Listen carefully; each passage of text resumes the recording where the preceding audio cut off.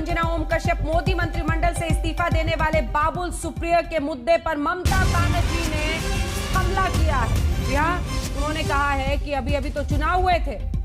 बाबुल सुप्रियो के बहाने ममता का मोदी पर यह वार कह लीजिए। वो कह रही हैं कि अचानक क्या कमी दिख गई, तो सियासी घमासान भी इन इस्तीफों पर शुरू हो चुका है। ये ममता बनर्जी का पहला वार है जिसमें वो सीधा प्रधानमंत्री नरेंद्र मोदी को टारगेट करती हुई कह रही हैं कि बाबुल और देवश्री में अचानक ये क्या कमी दिख गई जिसकी वजह से उन्हें इस्तीफा दिलवाया गया है। आपको बता दें, एक के बाद एक तेजी से नाम अगर जुड़ रहे हैं उस 43 की लिस्ट में जिन्हें आज शाम 6 बजे शपथ लेना है राष्ट्रपति भवन में, तो दूसरी तरफ उसी तेजी से नाम ऐसे लोगों के जिनकी छुट्टी हो रही है। हमारे साथ हमारे दो सहयोगी इस वक्त जुड़ रहे हैं। अशोक सिंघल हमारे सहयोगी हमारे साथ जुड़ रहे हैं और हिमांशु मिश्रा हमारे साथ जुड़ रहे हैं। अशोक, एक तरफ तेजी से नाम उन लोगों का जो 43 शामिल हो सकते हैं, आज शपथ ग्रहण ले सकते हैं राष्ट्रपति भवन में, तो दूसरी तरफ गाज गिरती हुई दिख रही है और अब तो ममता ने वार भी कर दिया कि ऐसे अचानक क्या कमी दिख गई बाबुल सुप्रियो। देखिए अंजना, साफ तौर से पहला एक्सपेंशन है सरकार का, मोदी गवर्नमेंट का। 2 साल हो गए, लेकिन ये आगे चुनाव भी हैं। तमाम समीकरणों को देखते हुए कमियों की बात नहीं है। परफॉर्मेंस जिनकी नहीं थी उनको ड्रॉप किया गया, जिनको लगता है पोटेंशियल है उनको प्रमोट किया जा रहा है, उनका प्रमोशन हो रहा है और नए चेहरों को लाया जा रहा है। तमाम कम्बिनेशन, चाहे वो जातीय समीकरण हो या राजनीतिक हो, क्षेत्रीय समीकरण हो, तमाम चीज़ों को देखते हुए ये एक्सपेंशन किया जा रहा है। जहाँ जहाँ राज्य में चुनाव हैं, जिन जिन राज्यों में, वहाँ के जो जातीय क्षेत्रीय समीकरण है उनको भी मद्देनजर रखा गया है। लेकिन मोदी ने सबसे बड़ी बात परफॉर्मेंस का क्राइटेरिया रखा गया है, जो डिलीवर कर सके, जो परफॉर्म कर सके, उन युवाओं को मौका दिया जा रहा है जिनको लग रहा है कि इनमें पोटेंशियल है, ये आगे ले जा सकते हैं। और आज मोदी ने जो मंत्रियों को, संभावित मंत्रियों को बुलाया था और सीनियर मंत्री भी मौजूद थे, चाहे वो राजनाथ हो, अमित शाह हो और खुद जेपी नड्डा और संगठन महासचिव BL संतोष और नितिन गडकरी, इन सीनियर लोगों को भी बुलाया, पार्टी से भी लोग मौजूद थे। लेकिन एक मैसेज दिया गया कि आपको डिलीवर करना होगा, जो भी जिम्मेवारी आपको दी जाती है उसको डिलीवर करना पड़ेगा और साथ ही मीडिया से कम बात करनी पड़ेगी। मोदी ने आज ही शपथ ग्रहण समारोह से पहले जो एक्सपेंशन हो रहा है उससे पहले ये नए लोगों को ये एक मैसेज दिया है और मोदी की प्रायोरिटी यही है कि आपको डिलीवर करना पड़ेगा। जो लोग डिलीवर नहीं करेंगे उनको जाना पड़ेगा। और जो इन 11 लोगों का नाम सामने आ रहे हैं वो साफ तौर से परफॉर्मेंस को लेकर के उनकी छुट्टी की गई है और जिन लोगों को चुना गया है उनको इस हिसाब से चुना गया है ताकि वो डिलीवर कर सकें। उनमें पोटेंशियल दिखी मोदी को और मोदी इसलिए माने भी जाते हैं। बार बार वो जो पिछले दिनों एक्सरसाइज की गई अंजना, ग्रुपों में मीटिंग की गई, 1-to-1 भी मीटिंग की गई, उसका मतलब यही था कि आपकी परफॉर्मेंस कैसी है और आगे आप क्या कर सकते हैं। उन तमाम एक्सरसाइज के बाद ही ये कैबिनेट एक्सपेंशन किया गया। पिछले कई दिनों से 2 हफ्ते से एक्सरसाइज चलती रही अंजना। तो मोदी का मूल मंत्र यही है कि आप डिलीवर करें, एक मैसेज दिया जाए। चुनावी राज्य हैं, वहाँ पे जो चाहे बंगाल में जो लोग लग रहा था कि जिनको परफॉर्मेंस या जिनका पूरा कहीं ना कहीं एक मैसेज गलत जा रहा था परफॉर्मेंस को लेके, उनको ड्रॉप भी किया गया, नए लोगों को मौका दिया गया। 2022 के साथ साथ 2024 भी मद्देनजर रखते हुए ये एक्सपेंशन किया गया, क्योंकि मोदी बार बार फेरबदल नहीं करते हैं अंजना। अगर देखा जाए बार बार एक्सपेंशन नहीं करते। 2 साल के बाद ये पहला एक्सपेंशन हो रहा है। अशोक, तो मोदी हमेशा इसी क्राइटेरिया के साथ चलते हैं। और आप ही से सवाल है, लेकिन अगर आप जातीय समीकरणों को साधेंगे, अगर चुनाव पर आपकी नजर है, अगर ज्योतिरादित्य सिंधिया को मध्य प्रदेश में बीजेपी की सरकार बनाने के लिए तोहफा दिया जाएगा, तो ये सिर्फ परफॉर्मेंस की छाप कैसे रह गई?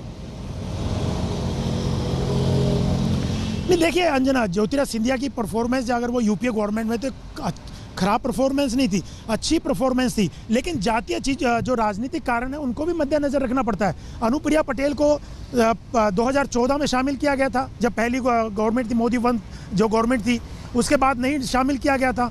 तो क्योंकि गठबंधन के सहयोगियों को भी लाना है, क्योंकि वहाँ पे पटेल समुदाय से वो आती हैं, चुनाव हैं यूपी में, लेकिन पहले शामिल नहीं किया गया। तो बहुत से राजनीतिक कारण भी होते हैं, उनके मद्देनजर भी लाना पड़ता है। जैसे जेडीयू के लोग शामिल किए जा रहे हैं, पहले शामिल नहीं थे, पेच फंसा हुआ था क्योंकि वो ज़्यादा बर्थ मांगते थे कैबिनेट में, तो इसलिए वो शामिल नहीं हुए थे। इस बार उनको शामिल किया गया।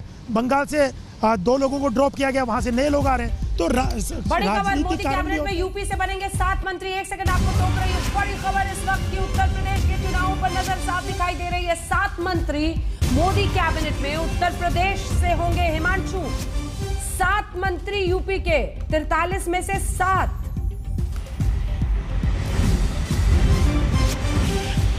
देखिए बिल्कुल अंजना, कौशल किशोर से मेरे सहयोगी अभी जितेंद्र बहादुर ने बात की थी। उनके एसपी बघेल, पंकज चौधरी, बीएल वर्मा, अजय मिश्रा, भानु प्रताप वर्मा और अपना दल की अनुप्रिया पटेल को कैबिनेट में शामिल किया जा सकता है। तो आप देखिए कि हर जातिगत समीकरणों को समझते हुए चुनावी गणित के हिसाब से इन 7 मंत्रियों को इंडेक्ट किया गया है। पंकज चौधरी महाराजगंज से सांसद हैं और बहुत लंबे समय से बीजेपी के लिए का नेतृत्व करते रहे हैं महाराजगंज से।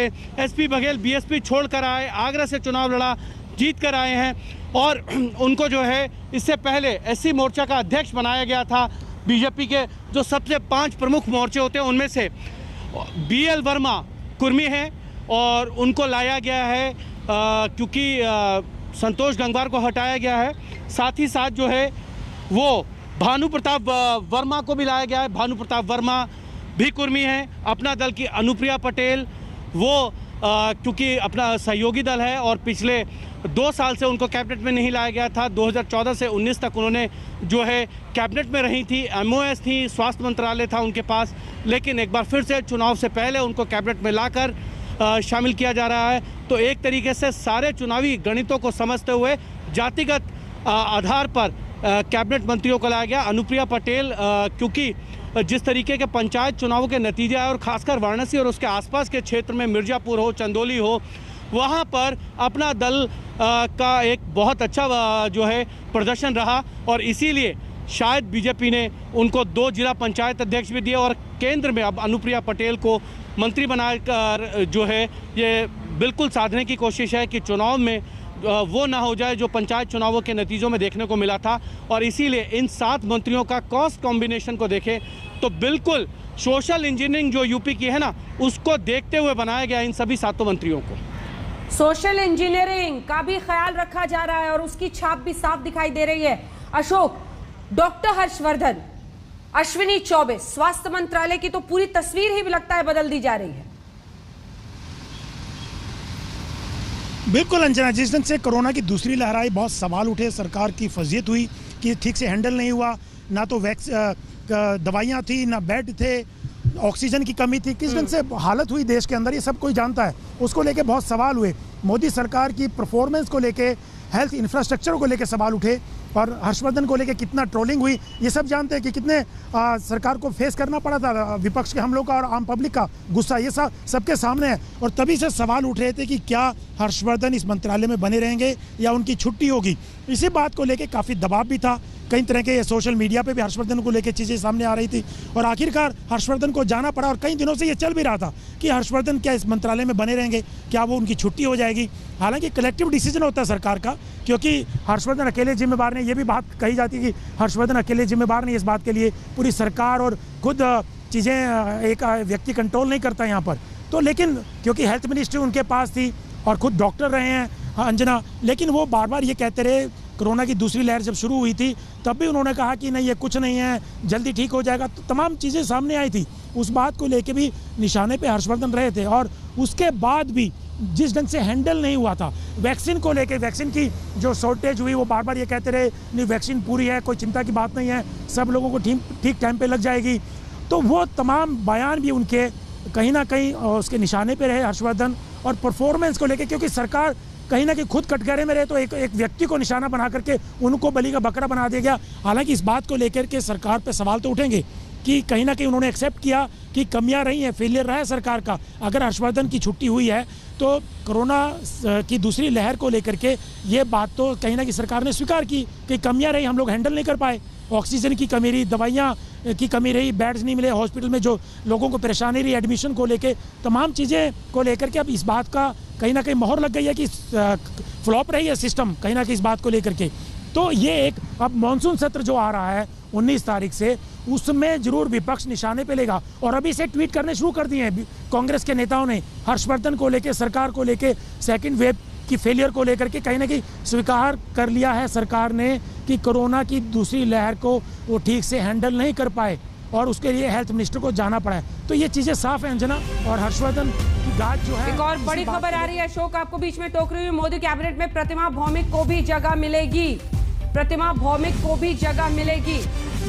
त्रिपुरा से सांसद हैं, यानी नॉर्थ ईस्ट का प्रतिनिधित्व, इस पर भी जोर है। जिस सोशल इंजीनियरिंग की हम बात कर रहे थे और उसी के साथ ज्योग्राफिकली भी अगर हम देखें तो हर जगह को प्रतिनिधित्व देने की कोशिश दिखाई दे रही है। हिमांशु,